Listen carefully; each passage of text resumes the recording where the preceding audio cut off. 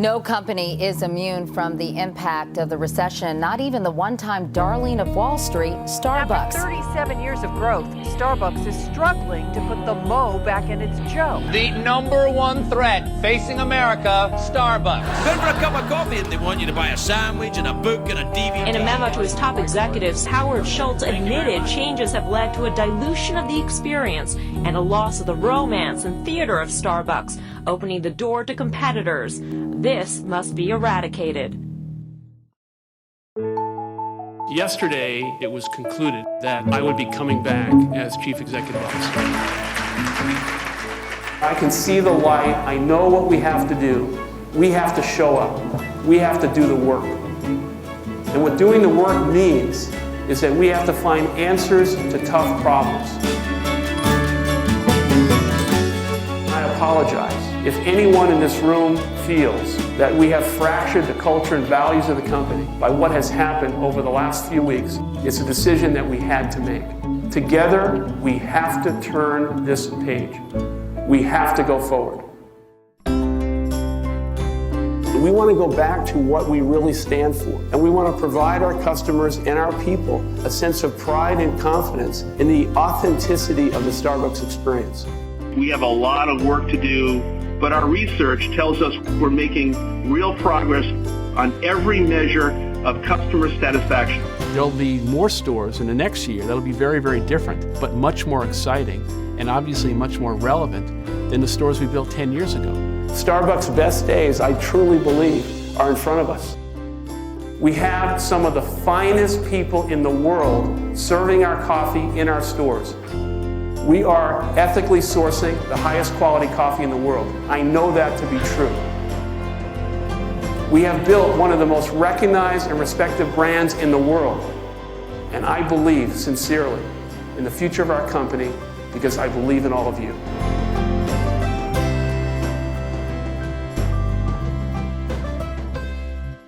The President, Chairman, and Chief Executive of Starbucks, Howard Schultz. Thank you. Thank you. Thank you. Welcome to London. Some of our former business secretaries may not know who you are. I can assure you we do, and it's a privilege to have you with us today. Let's just put a little bit of context on where we are. Starbucks is 40 years old this year. You have almost 17,000 stores and 200,000 employees.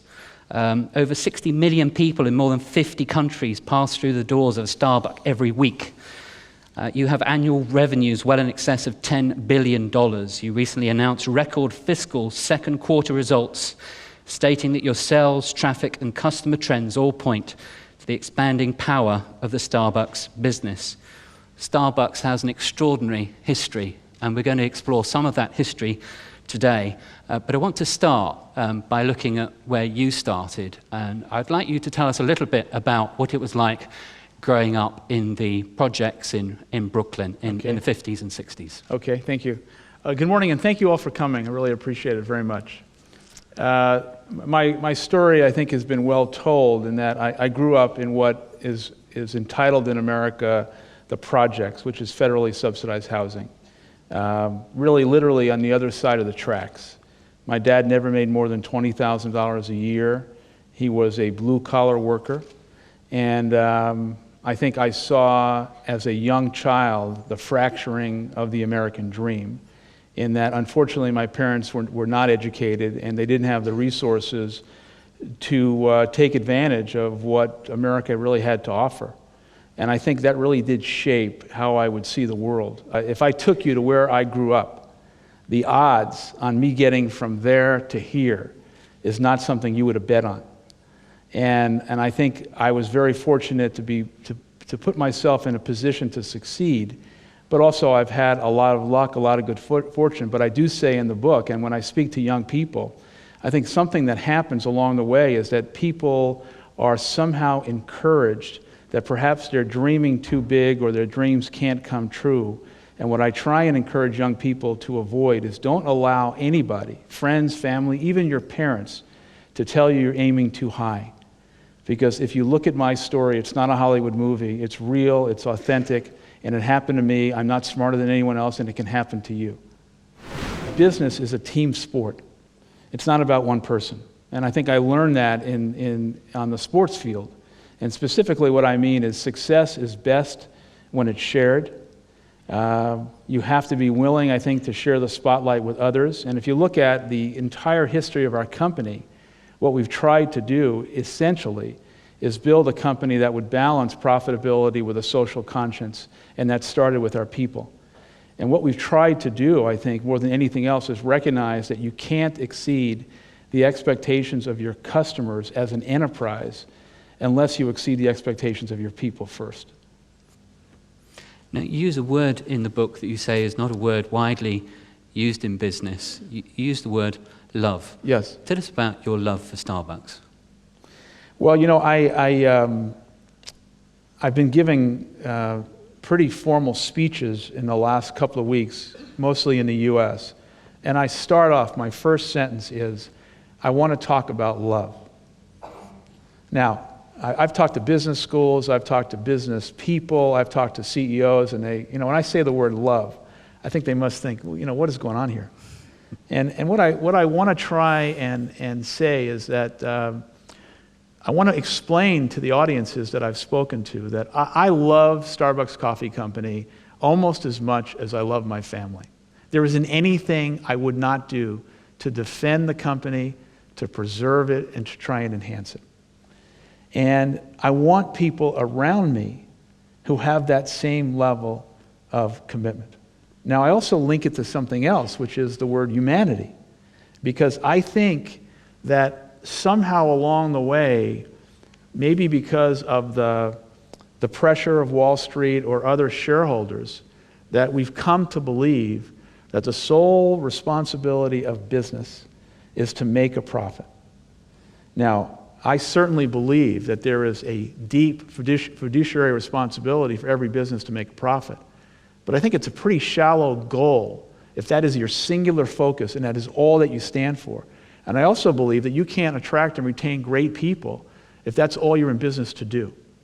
So the love and humanity is also about creating a value system in which the company stands for something in addition to making money, doing great things for the people that it employs and the communities it serves. And I've gotten into trouble a little bit about that, especially when I start speaking about the growing responsibility of business because of the pressure on local, state, and federal governments in terms of their ability to sustain the level of giving that they've given in the past, either to citizens or social service organizations. And I think as a result of that, and this is not a U.S. phenomenon, businesses are going to have to do more and they're going to be called on to do more. I also believe that those businesses that do the right thing in the right way will make more profit as a result of doing the right thing. Now, you had an interview with The Times, and the Times described you as the man who sells 11 million cups of coffee a day. It describes you as an emotional insomniac full of nervous energy. Is that an accurate description? I don't think so. I don't sleep a lot, and somehow people have run with that in a way that is, this great myth but no, I think I have a level of curiosity about our company and the world that is greater than the sandbox that I'm in. And so, I opened the book as an example with an experience that I had that probably 1,000 people would have walked by. But there was a twinkle of what I saw in the windows of that store that I had to investigate. And this was Aldo Lorenzi's cutlery store in Milan. And I opened the book with that because being an entrepreneur, I think you've got to be open to the world. And you have to understand that there's so many things out there and you never know that there could be something, a little something, that could provide you with a whole new way of thinking, a whole new roadmap. And when I met Aldo Lorenzi and sat down with him, Here was a guy who's close to 80, and he has one store, but that store is a shrine to what it means to being a merchant. And I wanted to sit down with him, despite the language barriers, and just be at the foot of the master for however long he would allow me, just to talk to him. And it's that kind of thing, I think, that I don't want to avoid being curious, and I want to avoid thinking that Starbucks Coffee Company and all of our people have all the answers, because the consumer has so many choices, and the consumer is walking by all of these stores, and they're seeing all of these things. And my interest is, how could we advance the company? How can we get better? And what else should we do in the future that leverages the infrastructure and the capabilities that we have beyond what we're doing today? Is it true that on a typical day you will work out at 4:30 in the morning? Yes. Not today, though. Wow, that's a lesson for all of us. I don't think my gym opens until 6, actually. I have one at home. Is it true that you drink 5 cups of coffee a day? Yes, that's true. And presumably you'd like all your customers to drink 5 cups of coffee I would a day. like that a lot. Because I would like to ask you about your decision in 2000 to step down as chief executive. Mm-hmm. Looking back, do you regret that? What was the decision-making process behind it at the time? Well, the truth was that Starbucks, since we went public in June of 1992, for 15 consecutive years, was basically on this magical carpet ride, in that everything we touched, almost new products, new cities, new stores, everything just seemed to turn to gold. And what I write in the book was that we were never that good. And in fact, the growth and success of the company in many ways covered up mistakes. Now, I left in the year 2000 as CEO when things were extraordinarily good. And up until around 2005, 2006, things continued that way.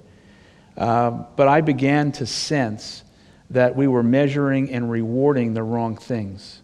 And in fact, growth, our relationship with our stock price and Wall Street had somehow become integrated into the core purpose of the company. And I wrote a memo to the then CEO, very good guy, and the leadership team at the time. And I should say I wrote hundreds of memos over the last 20 years. And it was not meant to be an indictment or a criticism, but actually to display my passion and love of the company and my concern about what was going on. A few days after that email was sent, there was a knock on my door, and my world basically was completely turned upside down because the memo was leaked. And after it was leaked, it created a firestorm of negative publicity, competition, employees, everybody just was involved in this swirl where the headline was, Schultz indicts the management of the company and has lost confidence in the leadership of Starbucks. And that really wasn't the case. However, in the weeks and months that followed, the cataclysmic financial crisis was approaching, and the things that I had written about began to surface. And to make a long story short, the board and I determined that I would come back as CEO in January of 2008. So tell us about the transformation agenda and how that perhaps was the sort of antivirus to start the change. Well, as I write in the book, one of the first people I told that I was coming back, because I couldn't tell many people, was I was on a bike ride with a friend of mine, Michael Dell. And he had come back a year before. So he had been through all of this. And he said to me, I want to show you something. And he gave me a document which was entitled Transformational Agenda. And his document had multiple pages on it, but it gave me the idea that we should produce one page. And that one page should be the transformational agenda of the company over the next 12 to 18 months. And whether you were a 20-hour part-time barista or a president of a division, you could look at this document and understand with great granularity exactly what it is we were going to try and do, how we're going to do it, and your role and responsibility in it. And that transformational agenda basically became the blueprint for transforming the company. But we had to reduce the focus and the attention to the lowest common denominator. And we also, I think, we are in a non-tech business. Starbucks has no technology. Anyone can open up a coffee store, and everyone has. And so we've got to create an understanding that our business is based on creating an enduring emotional connection with one another and our customers. And as a result of that, we had to recreate the experience in our stores. Now, we also made some very tough decisions and made some specific, highly unorthodox decisions. And one of the biggest unorthodox decisions we made at the height of our problems is we decided to close every store in America to retrain over 100,000 people at a cost of $7 million. Now, I can't tell you what people were saying in anticipation of this decision. They wanted to hang me from the roof. And then once the media got a hold of this, it was the beginning of the end. And the headlines were, the bloom is off the rose, Starbucks is over, they're retraining their people. But again, we were no longer deeply committed to the core principles of how we started. And as I said earlier, we were measuring and rewarding the wrong things, and one of them was transaction speed. And we're not in the transaction speed business. We're in the business, literally, of enhancing people's day by producing the world's best coffee. And we had to retrain our people. But the act of closing our stores and admitting to ourselves, forget the rest of the world, that we had work to do. And we feel so strongly about this that we're going to go back to the beginning and back to the core. I mean, this would be like, I don't know what the analog would be, but a company that produces a car saying, we got to go back to the assembly line and understand how to construct an automobile. I mean, it was unseemly at the time. But again, this was the beginning of transforming the company because we were going to have direct, honest conversations with ourselves. And this was a galvanizing moment for those 100,000 people in the U.S.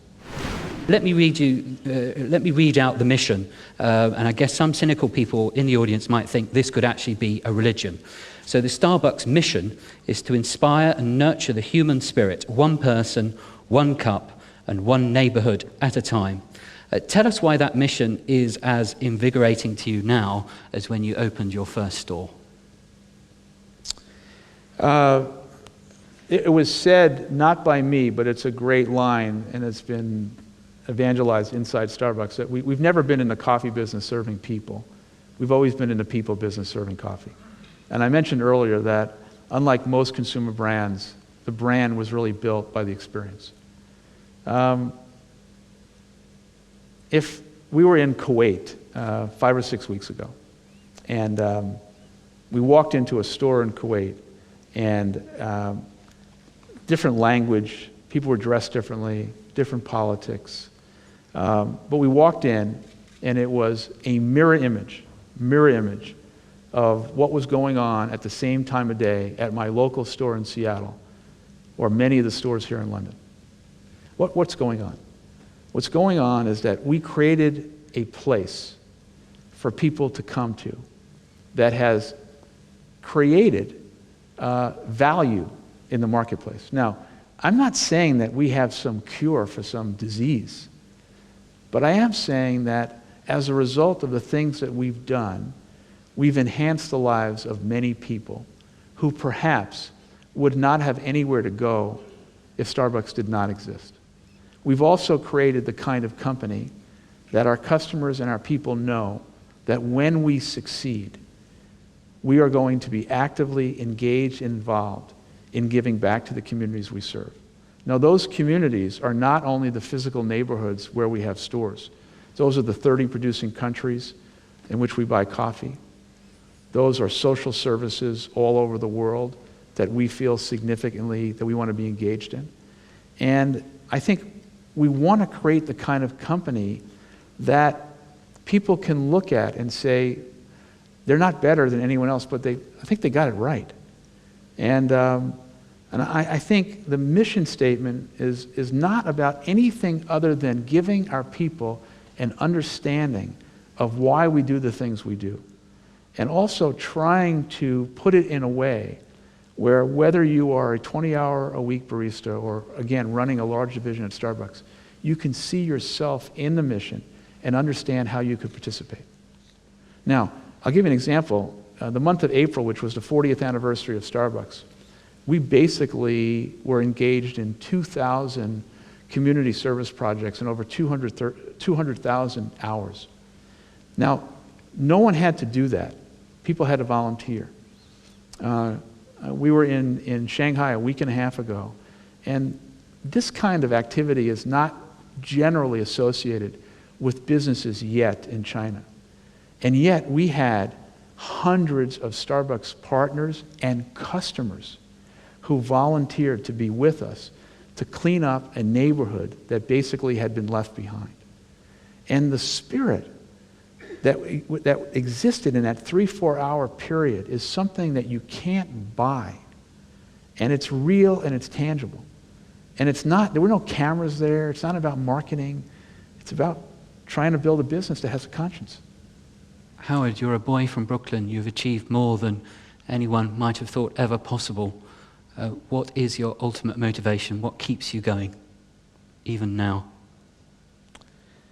I'm still that kid from Brooklyn. You know, I still have aspirations and dreams about the company and about what I want to achieve. And as I said, this is no time for celebration. The economic environment is still very fragile here and in the U.S., and we still have a lot of work to do, and I still believe that our responsibility to communities we serve and our people is greater in the future than it is today. That's what keeps me going.